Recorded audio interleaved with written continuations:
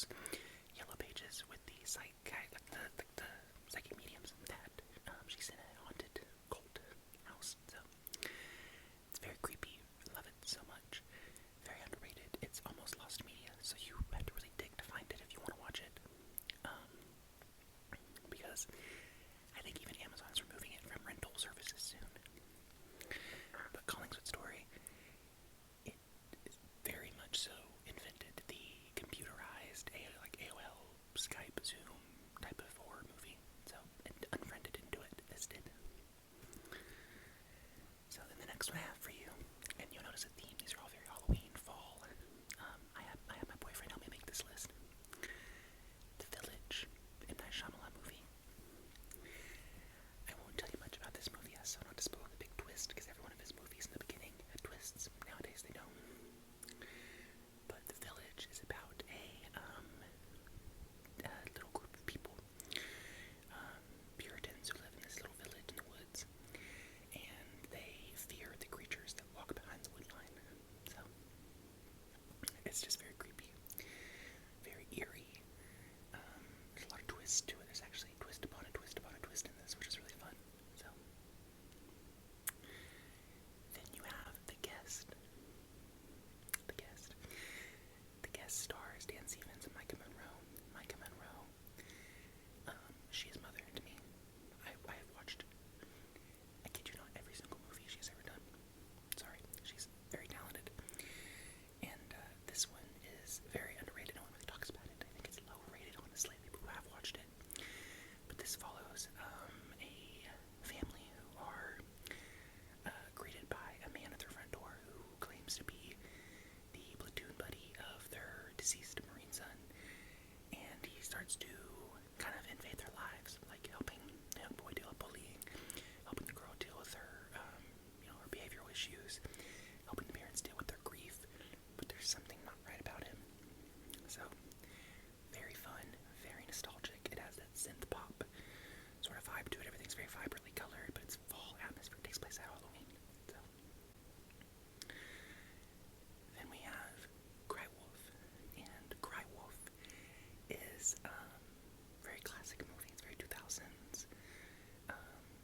Doesn't feel like a Linkin Park video, I promise you. Love those movies though, they do. This is more of that laid back, straight to DVD movie that you would see at the video store and be like, what is this? And then take it home and you'd love it. This follows a group of boarding school kids.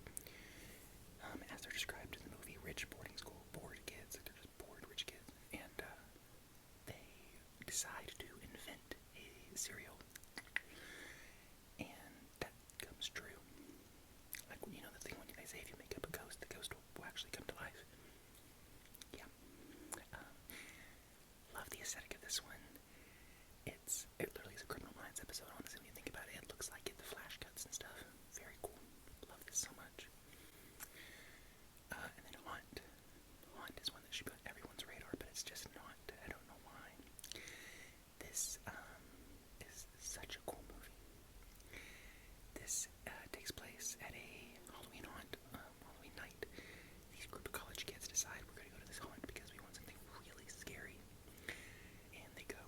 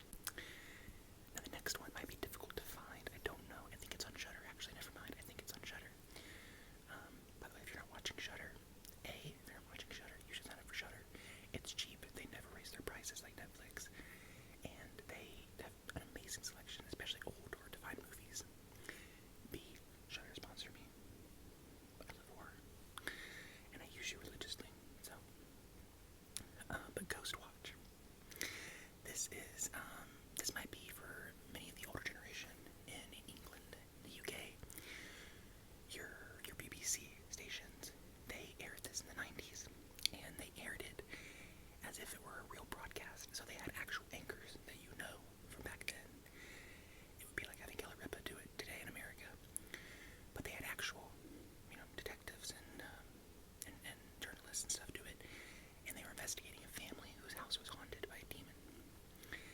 And what's so fascinating about this, because it's really, really cool how they did it, but also the plot's like sort of generic. But what's so cool to me about this is that it was passed off as believable, and tragically, there were reported, one recorded at least, self-inflicted, censors on YouTube are going to do that, because the boy was so fearful for his life, and there were monumental amounts of PTSD recorded in children who stayed up watching it, because one of the people in it was a children's TV show host in the UK, and used her real name and everything because it was supposed to be real. So it was pulled from the network, and it was never shown for like a decade. You couldn't find it anywhere, and finally it got back on streaming. So very cool watch. Number 7, Hell Night. If you like Linda Blair in The Exorcist, you're gonna love her in Hell Night.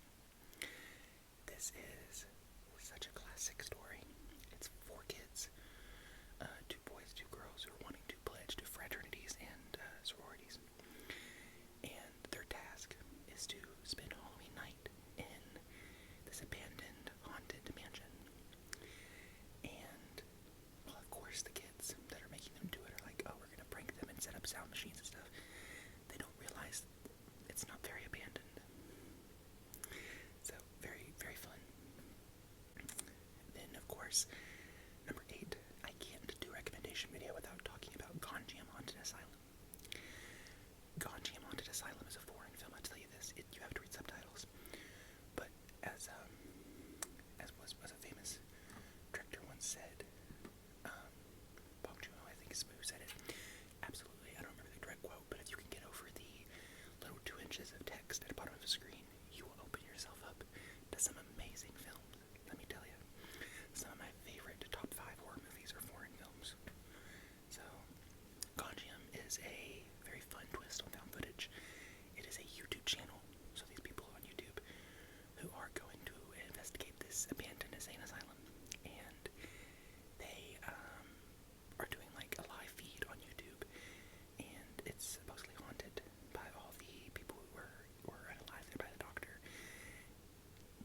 It goes down, let me tell you. This is so cool. It gives the aesthetic of like the 2000s horror while also being modern, but it also feels like a supernatural episode. So, now number 9. This one's gonna divide a lot of y'all. 𝐬𝐭𝐚𝐲. 𝐬𝐭𝐚𝐲 is a terrific mockumentary as in not a real documentary. This is about a girl who drowned at a lake in Australia, I think it's Australia, and her family starts to investigate it because she's not gone, she's haunting them, and it's both scary but also just really tragic at the heart of like why she's haunting, but also just such a fascinating story. This is my boyfriend Scary's film. He will not watch this film alone. It terrifies him. So take that what you will.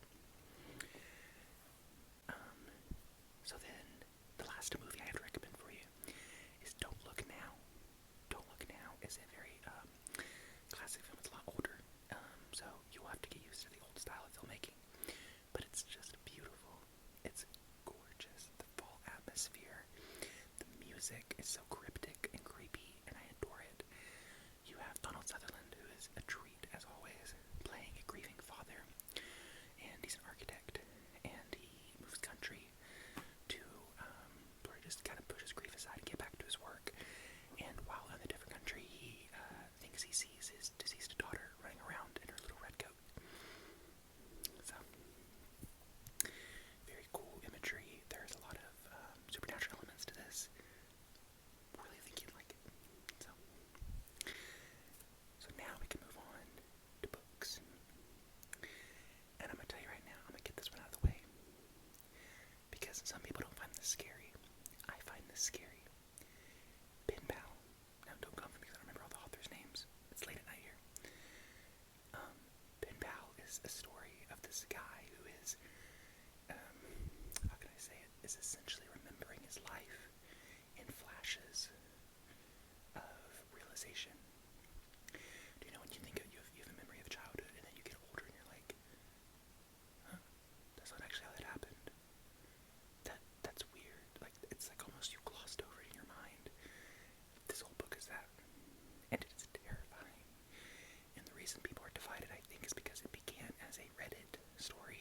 after dark stories or whatever, or like creepypastas or whatever you want to call them.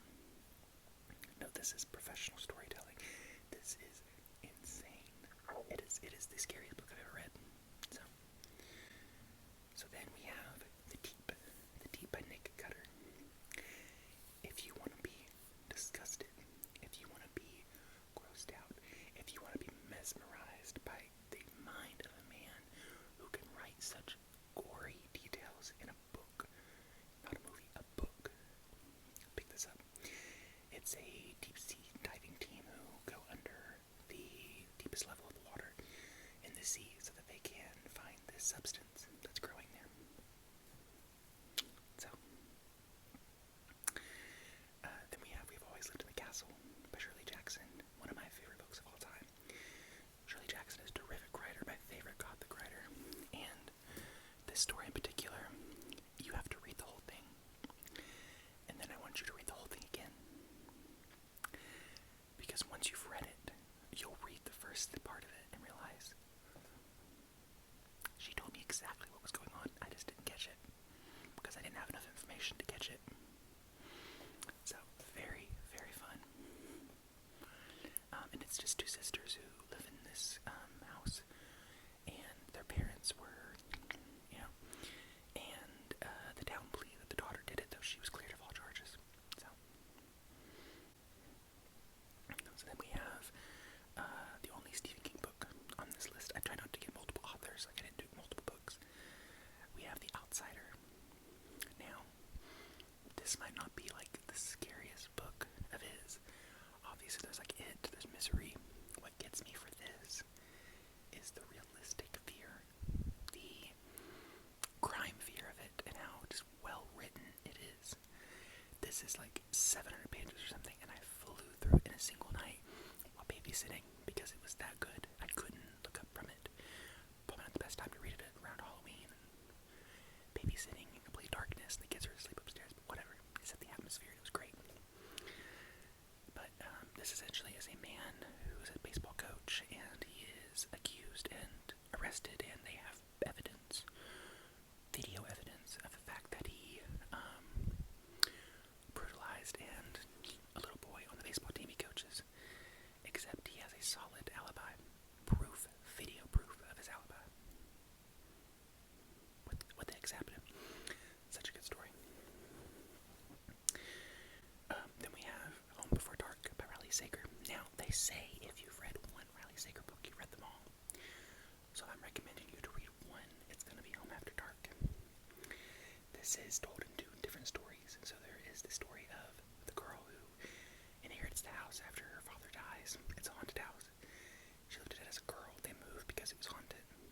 And then the second part of the book, which they're told one chapter then another chapter, they're intermingled, is the father's memoir of what happened in the house and the things that happened to their family. It is an excellent story, very classic haunted house story. The writing's really easy to get a grasp on, and even though it switches perspectives, and I really, really enjoyed this. These are all 5 out of 5 for me, by the way. So I really enjoyed that. So good. And then we have number 6, The Ritual. The Ritual is a book that I particularly enjoy because I enjoy the movie. Now, I like the movie more. I probably should have talked about the movie, but it's not really. It's more of a summer movie. Anyways, I like the movie more, but the book is still excellent. This follows 4 friends who go on a hike in the, I want to say, Norwegian mountains. And it's while there that they get lost in the woods. And there's just something hunting them. Very creepy, very cult. So there's a lot of cult stuff in it if you're not into that. But beautifully written, beautifully crafted. The way he describes the imagery of the woods in nature, stunning. It's stunning love. And then we have, so I hesitated putting this one on here because I actually don't think I gave this one 5 stars. I gave this 4.5. But this is We Used to Live Here.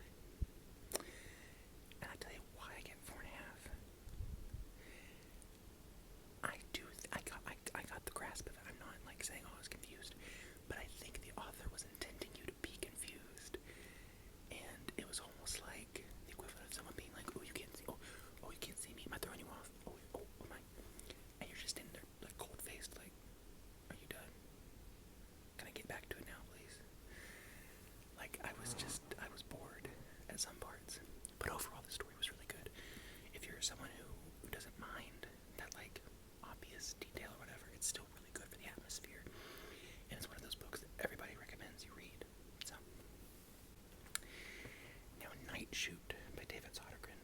No one is going to recommend this to you because no one talks about this book on Book Talk. You need to read this. When I tell you I'm desperate for books that feel like slashers, there's one I'm going to talk about in a second that's supposed to be a slasher. Really isn't, but it's been categorized as that, even had a movie made of it. But this one, Night Shoot, follows a group of college filmmakers who somehow weasel their way into renting for just the night, just a couple hours, this haunted mansion to film a horror movie. And one by one, they start getting broke off from the group. And that is how a slasher is supposed to go. And it is so good, really short, it's 160 pages or something. And it is so much fun. I have not read the rest of his books, but I intend to, because that was very good. And then we have 9 scary stories to tell in the dark. There are 3 of these, I believe. I have the bound silver collector edition. I love these. These are really easy if you want to read like a story a night, or if you want to plow through a bunch of them at once. Some of the stories are 3 sentences. Some are 10 pages. Just depends. But they're all very creepy, and they're not by one author. They're sort of a amalgamation that was written in the 90s, I believe, of all the stories passed on from, like, the legends. So, like, I can tell you one now. Little spoiler. A widow comes to the funeral parlor, and she's going to see her husband, and who's in the casket, and she's downstairs, and they go, "So how does he look, ma'am?" And she says, "He looks wonderful, but actually, you put him in a black suit. Can you put him in a blue suit?" And I'm paraphrasing. And he goes, "You know what? That's actually really convenient, because we have another widow, and her husband's in a blue suit, and she wants him in a black suit, so that works for everyone." And the widow is happy, the wife is happy. She's like, "Great, love this." She comes the next day when her husband's out on display, and she said, "Wow, you did that so quickly. Thank you for doing that. It must have been a really big inconvenience for you." And he looks at her and he says, "Oh no, we just switched the heads." And I'm paraphrasing. I don't know how it was written, but that's like the old wise tale passed down. So there's like a lot of things like that, some original stories. It's a lot of fun. My computer's going to sleep. And then the last one, Clown in a Cornfield. I'm recommending this because it's so well written. It is so fun, and just because it handled LGBT characters so well, so cool. Now this passes itself off as a slasher, and the movie was made as a slasher. I don't think it's a slasher. For me, and this is not really a spoiler, there's a difference to me between mass events, like a mass event, like the scene from Freddy vs. Jason, the cornfield scene. If that was the only thing that happened in the movie, I wouldn't call it a slasher.